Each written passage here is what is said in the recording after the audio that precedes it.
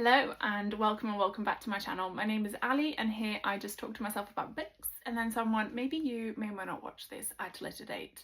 I have literally just finished filming, I don't know what order I'm going to post these into, but probably the previous video, and I just thought I'd go straight into this one because I was originally going to do just one really big video, but I thought maybe it's better to split them into two. So in the previous video I kind of went through what I've been doing the past few weeks and kind of attending Fiction Fest, etc. And in this one I'll just take you through the books that I have acquired over the past couple of months where I haven't been videoing anything because I took a little bit of an unintentional hiatus. But yeah, let's get started.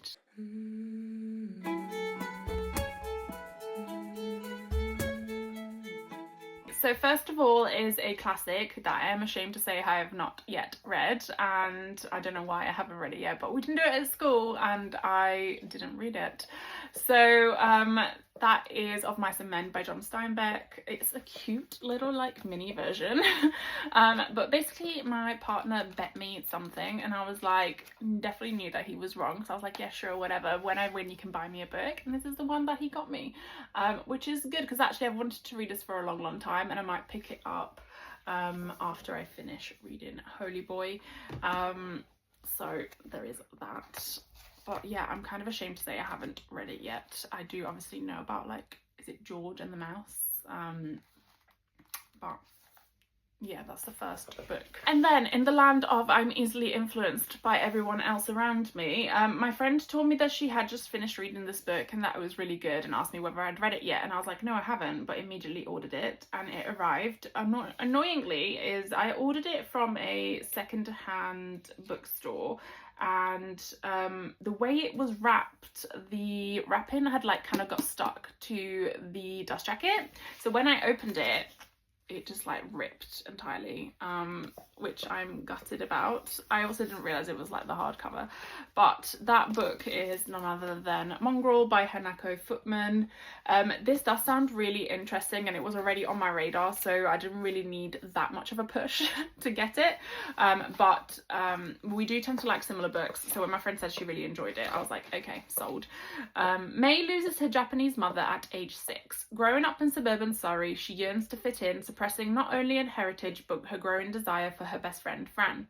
Yuki leaves the Japanese countryside to pursue her dream of becoming a concert violinist in London. Far from home and in an unfamiliar city, she finds herself caught up in the charms of her older teacher.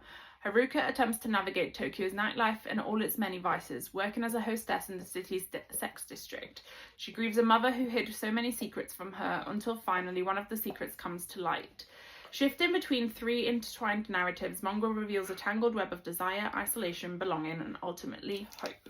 So yeah, very excited to read this. I love kind of like multi-POV intertwining stories, and especially when they've like got like different cultural elements to it. So as I said, this was already on my radar, definitely gonna be picking this up soon, but gutted that I accidentally ripped it. I don't know how I'm gonna fix this, maybe put some tape on the inside or something, but really did do a number of it. Next, I'm pretty sure I already spoke about book 1 of this series, but I received book 2 from a publisher. So and I say publisher, Angry Robot Publishers. Thank you so much. So I did get book 1 as well because I would like to kind of binge read this series. It does sound really good and it's kind of like grimdark fantasy. But yes, the book I received from the publishers was The Dead Man's Empire by W.P. Wiles, which is book 2 to The Last Blade Priest, which is the one I made sure to collect beforehand so I could like binge read them. But yes, this is, as I said, a grimdark fantasy. It follows like 3 main characters, a priest, a builder, and a child in kind of like a harsh landscape as they have to, I don't know, I can't remember what it is. I don't know if it's like some sort of quest, but anyway, it sounds really good and I'm really excited to read it. And thank you so much, Angry Robot, for sending me a copy of this book as well. I'm pretty sure this is the final copy, so this is already out. It's not like an advanced reader's copy. Yeah, but super excited to read this, and always very glad when Angry Robot send me stuff because I've enjoyed everything they've sent me so far. So yeah, there's those 2 books. And then the other book I picked up a while back, again because I'm easily influenced, is an indie book by an author that was actually on Instagram. But essentially there's this bookstagrammer I follow who was posting about this. I then kind of went on the author's page and was like looking around, and I was like, to be honest, this sounds exactly like something I would enjoy. So I picked it up, and that is The Price of Fear by Miles Lyon, which is book 1 in the Wretched trilogy series, and it sounds really good. First of all, love the cover, and second of all, it just sounds like I'm going to enjoy it. So I'll quickly read you the blurb. A decade into the armistice with Inath, the North, once united against invasion, finds itself a divided kingdom. Azrael, an infamous mage of the Northern military, operates in his native land as a contract killer, employed to hunt traitors by a king who is squabbling against his would-be usurpers. But when the completion of his latest bounty unveils a foreign plot to dethrone the North altogether, Azrael is the only one who can cross the border and respond in kind. Or he would have been until betrayal at the final moment resulted in his killing of the wrong man and capture by those that he'd spent half his life fighting. Now imprisoned and awaiting his execution for the murder of a Nithian crown prince, Azrael finds himself across the interrogation table from Anna Mira Lestrade. A career criminal investigator, Anna is tasked with extracting the truth behind the assassination or dying in failure, linking the two through one last story that could stave off both their gruesome ends. I love, and I've said this before, a book where it's like flashbacks and told through like interviews, so like Interview with the Vampire or The Empire of the Vampire. You know, you've got someone being interviewed and then they kind of go back through history as to what led them to that point. I'm sold. So super excited to read this. I actually have been meaning to pick it up for a while, but I have been a little bit in a book slump. I have only read, and I know this might sound like a lot, but for me it's not. I've only read like 28 books this year, which, seeing as though we're in April, is not that many for me. But especially the past few weeks, I've just been in such a slump. Like, I'm really struggling to focus on reading, and I've been meaning to pick this up, so hopefully I will soon. But in the meantime, I will just try and get through the ones that I need to for like book clubs and stuff. Then I have a few pre-orders. These are just the like normal paperback pre-orders. I did then also have a couple of like special edition ones that I'll go through. But yes, the first one is finally I will be able to read this, Oathbound by Tracy Dion, which is book 3 in the Ledger Board cycle, which is going to be 4 books, I believe. I read book 1, absolutely adored it. I then read book 2 and still enjoyed it, but found the main character a little bit more annoying in book 2. However, I still really want to know also the tiniest writing ever in this book. But yes, I'm really excited to continue on with the series because I did enjoy it. It's a YA fantasy series based on the mythology of Arthur and the Knights of the Round Table, but with magic, and kind of everyone kind of embodies one of the knights and Arthur themselves, but there's also like an evil arising. And at the heart of it, we have Bree Matthews, who lost her mother, has stumbled upon this world that she didn't know existed, and has now become like a pivotal character within it. But yes, so I won't kind of read the blurb for this one because it is book 3 and it would be massive spoilers, but really enjoying it. Love the art of these books, and as I said, I've been really looking forward to this because this actually came out a year ago, but because I had the other 2 in paperback, because originally they just came out in paperback, but now they're doing that thing where they come out in hardcover and then gotta wait a year for it. I was waiting for the paperback so I could read it. And it would match my other copies. But yes, I've got this one finally, and I'm definitely going to tuck into it as soon as possible. Another one I pre-ordered, and I don't remember pre-ordering this, so I guess I was either in the mood for some romance or I don't know, it was maybe like triple points or something, so I wanted to try and rack up as many as I could. But I do like this author, so I thought I'd give this a go as well. This is The Night We Met by Abby Jimenez. I don't know if this is in one of like their interconnected kind of series, but yeah, I don't know anything about this, but I picked it up because I have enjoyed a couple of her other books. For Larissa, it came when choosing which guy to ride home after a concert. That night she had no idea she'd met the perfect man. She and Chris are great together, co-parenting a slightly unhinged rescue Yorkie, sharing their favourite books and judging bread. Pumpernickel for the win. For the first time, after all her side hustles to scrape by, things finally feel easy. But Chris isn't the one who drove Larissa home all those months ago. Chris is the boyfriend's best friend. All Chris wants is for Larissa to be happy. Standing by on the sidelines is slowly killing him, but making a move would destroy someone else. How can something that feels so right be so absolutely impossible? So yeah, sounds good. I do like Abby Jimenez. I've said this before, like I'm not the biggest contemporary romance reader or fan, but there are a few authors that I will go to time and time again, and Abby Jimenez is slowly becoming one of those. The other ones, I think I've mentioned this a million times before, but Ali Hazelwood and B.K. Borison are my definite go-tos, and I'm hoping that eventually Emily Henry will also sneak in there. But yeah, quite excited to pick this up. I thought I would like preempt like summer vibes. I think maybe we'd had like a day of sunshine and I was like, yes, I need to order like sunshine filled books. So here we are. And then the last paperback pre-order that I got was the Buffalo Hunter Hunter by Stephen Graham. Oh my gosh, that's so weird. Stephen Graham Jones. I've been really wanting to read this. I actually first saw this, I think when it just come out when I went to Canada, and it was out in hardback, and books in Canada are just like mega expensive. So I was like, I'll pick this up when I go back home. But then I was like, actually, I want it in paperback, so I thought I would just wait. So I pre-ordered the paperback. It's finally arrived after many months of waiting, and I'm super excited to read this. It's like gruesome and violent and based on colonialism, and I want to read it and I can't wait. But Etsy Buchan is an academic who needs to get published. So when a journal written in 1912 by Arthur Buchan, a Lutheran pastor, and her grandfather is discovered within a war during renovations, she sees her chance. She can uncover the lost secrets of her family and get tenure. As she researches, she comes to learn that her grandfather's life and the life of the Blackfeet called Goodstab, who came to Arthur to share his story of his extraordinary life. She discovers the journals detail a slow massacre, a chain of events charting the history of Montana State as it formed, a cycle of violence that leads the way back to 217 Blackfeet murdered in the snow. Yeah. I don't know if this is a sequel, but I think this is the author that did The Only Good Indians as well.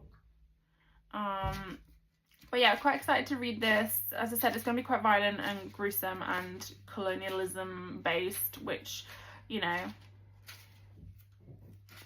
we don't like it, but it is definitely a part of history.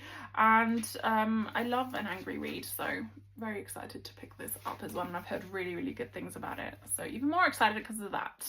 Next two pre-orders I have are special edition pre-orders, and then I'll go through kind of the sub boxes that I've received over the past couple of months. So the first one I have here is Innamorata by Ava Reid. This is stunning, like I'm obsessed, and I've also heard really good things about it. I've heard it's really dark, and oh my god, this is signed. Yay. I do love Ava Reid. I've read quite a few of her books and enjoyed every single one of them, and so when this was like announced, I obviously pre-ordered it immediately. And yeah, let me just read the blurb because it sounds really good. Once there was an island where the dead walked the earth, and 7 noble houses ruled by arcane secrets of necromancy. A conqueror's blade brought them low, burning their libraries, killing their lords, and extinguishing their eldritch magic.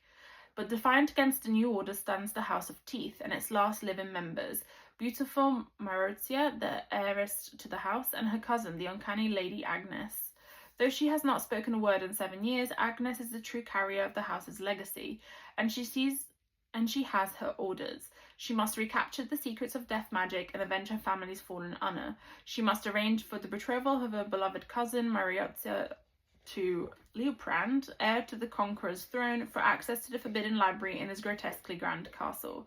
Revenge burns in Agnes's heart, but so does strange passions, and it is Liutprand, the Golden Prince, who speaks to her soul. This passion is as treasonous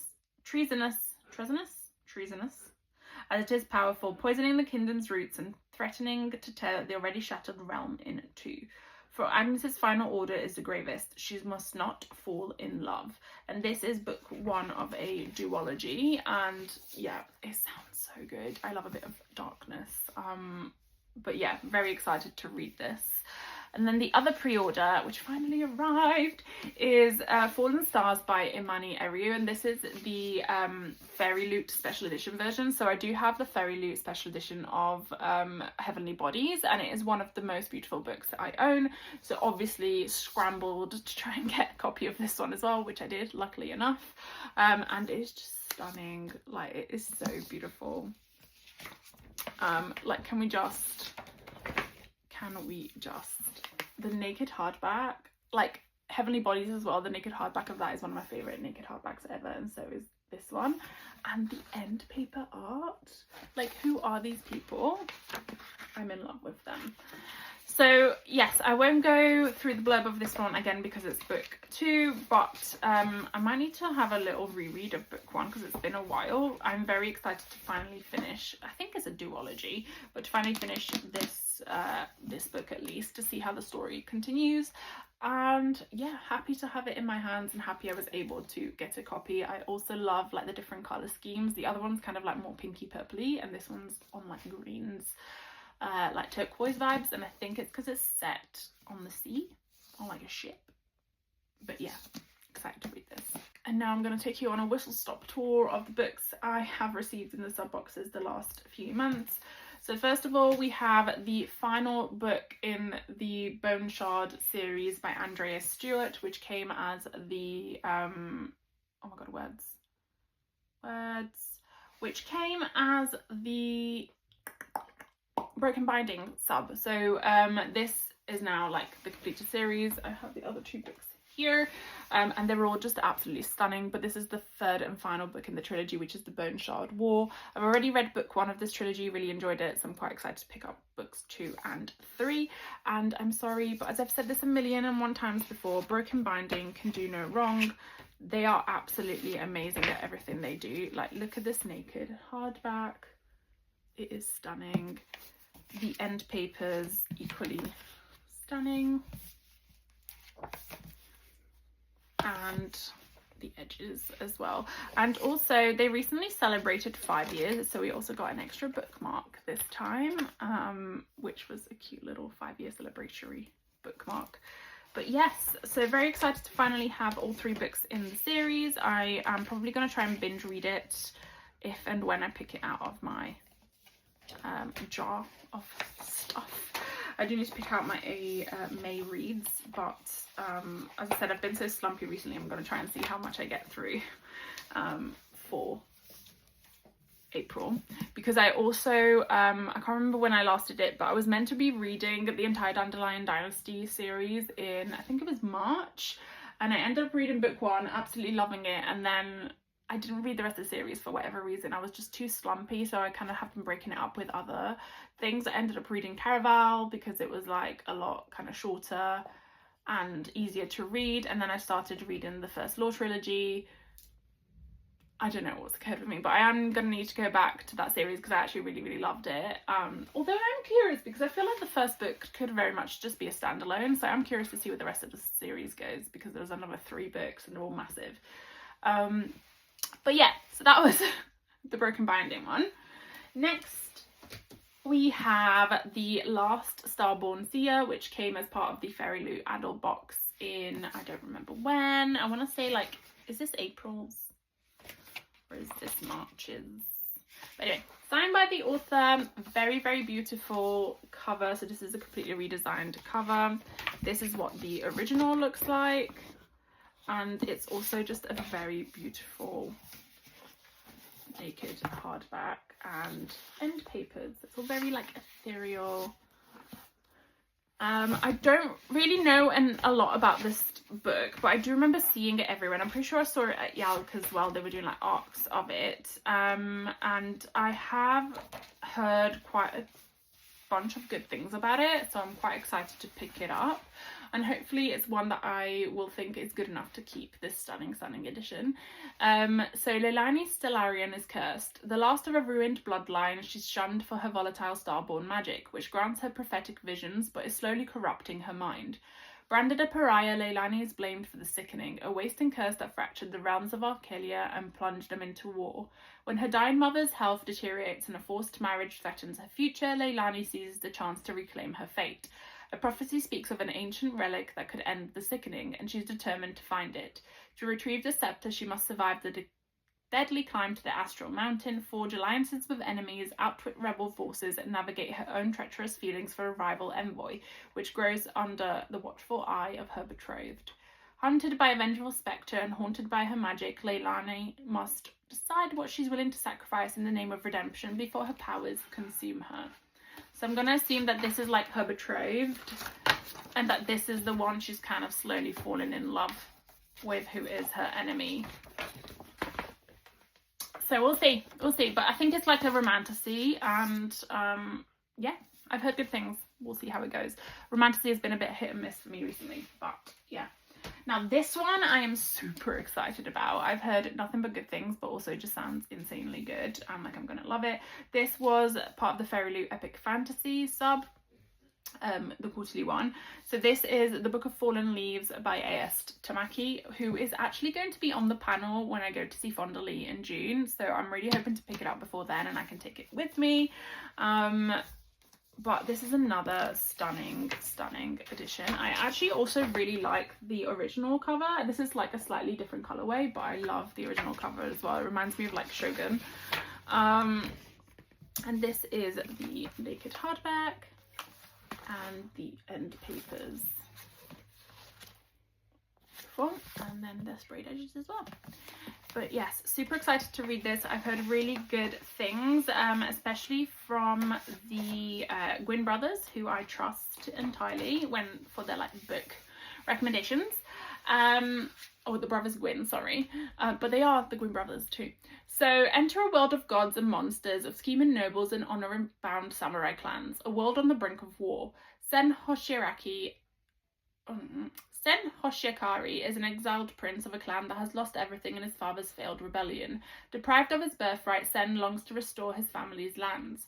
Rui is a peasant girl who saved Sen's life on the night his family were put to the sword. She is adrift and unsure of her place in the world, not knowing that the gods themselves have plans for her. As civil wars throws the empire into chaos and gods and demons stalk the land, Sen and Rui must fight for both their own future and that of their family. It just sounds super good. I don't know if this is a standalone, but I hope so. I really need more standalone fantasies. Okay, then we got Aisha, I think, by Soraya Buozui. This came as the Illumicrate sub in I don't know when, but this is the next one we're gonna pick up with my like friend Illumicrate book club. But yeah, this is also stunning. I love the sprayed edges. I love the front cover. The naked hardback is insane. That's the back. That's the front. And also the end papers are really cool. But I think this is another kind of like female rage story, so quite excited to pick this up. And I'll quickly read you the blurb. So Temptress Monster Warrior. The Portuguese flag has been planted across Morocco, its empire ruling with an iron fist, but eventually all empires must fall. Aisha, the daughter of a Moroccan freedom fighter, was born for battle. She has witnessed the death of her people, their starvation and torture at the hands of the occupiers. It has awakened an anger within her, an anger that burns hot and bright and speaks to Aisha's soul. Only Aisha's secret lover Rashid, a rebellious leader, knows how to soothe her, but as the fight for Morocco's freedom reaches its violent climax, the creature that simmers beneath Aisha's skin begins to be unleashed. It hungers for the screams of those who have caused her pain and will not be ignored. So it does sound really cool. I don't know if it's like set in mythology or not, but yeah, definitely gonna pick this one up. Also, it's not that long, so I'm quite excited. But yeah, that one looks good and sounds good. And then I have another two books just to go through quickly. Both of these are from the Broken Binding new sci-fi and fantasy sub. So first of all, we have Green Deadly Things by Jen Lyons. This is another stunning book. They're just so good. It also came with the bookmark and a sticker. This one's foiled. Beautiful end papers. And oh, I just love broken binding art. And then just different on the cover as well. So I think this one's kind of like a bit horror, but let me just, another necromancy one. Okay, cool. Centuries ago, necromancy almost destroyed the world. That's how history remembers it. History remembers it wrong. Mathaik has trained all his life to join the secret order of Idalic Knights, charged with defending the world from the forces of necromancy. Few vestiges of the cursed magic realm, nothing like the fabled days of the Grim Lords, the undead wizards who nearly destroyed the world. Until monsters begin to wake once more, but something about them is even stranger. Whole forests coming alive and devouring anyone so foolish as to trespass. Formerly peaceful animals mutating into savage carnivores. The land itself is turning against humanity, and the knights are powerless to stop it. It's a good thing then that the Grim Lords were never truly destroyed, and one of the numbers sleeps below the knight's very fortress. So when an army of twisted tree monsters attacks the young novitiates in his charge, Math accidentally does the unthinkable. He wakes her up. Yeah, really excited for this. It sounds really good. And again, I think it might be a standalone, which, you know, very much up for that. But yeah. And then the last one, which is the most recent one I received, is Daughter of Crows by Mark Lawrence. I still really need to read his library series, which is over here. And also the other one he has, was it like The Prince of something, which I also really want to read. But this, oh my god. It's signed. Oh yeah. Am I on tier 1 for this one? But anyway, yeah, the Prince of Thorns series is the one I was talking about. But anyway, so yes, this is by Mark Lawrence. Another stunning copy. Redesigned cover. This is what the original looks like, but is a different colorway. So I think the original is like green colorway. And then this is the naked hardback. And the sprayed edges, everything. They are everything. So beautiful. End papers as well. Very dark. But yes, I am quite excited to pick this up as well. I've heard only good things about Mark Lawrence, and I actually really need to read some of his stuff. But an academy of kindness exists to create agents of retribution, cast in the image of the Furies, the kindly ones, against whom even the gods hesitate to stand. Each year, 100 girls are sold to the academy. I know, buddy, we'll go for walkies in a minute. In a minute. Literally nearly finished. 10 years later, only 3 emerge. The Academy's halls run with blood. The few who survive its decades-long nightmare have been forged into the sands of the Wound Garden. They have learned ancient secrets amid the necrotic fumes of the Bone Garden. They leave its gates and avatars of vengeance bound to uphold the oldest of laws. Only the most desperate would sell their souls. No, sells their child to the kindnesses. But Rue, she sold herself, and now a lifetime later... That's a good stretch. That's a good stretch. And now, a lifetime later, a long and bloody lifetime later, she has just discovered peace. War has been brought on to a woman's doorstep. That was a mistake. So yeah, another really good one that I'm very excited to pick up. Right, I must take the dog out for a walk because he is about to start a rebellion. As you can see, he is gonna throw this off. But yeah, that was kind of all the books that I've picked up recently through various venues, and I'm very excited to pick all of them up. If we do end up moving house, I'm obviously gonna have to start packing some of these up, and I don't know how I will read them, but I might have to start prioritizing some of them to like keep them out. I don't really know. I've already put some books in the garage in like boxes. I actually realized how many books I have because there's already like 5 boxes in the garage, and it doesn't look like I have any less books in the house. But anyway, so yes, thank you so much for watching. If you enjoyed the video, please do pop a like, and if you would like to see more, please do subscribe, and I will see you soon.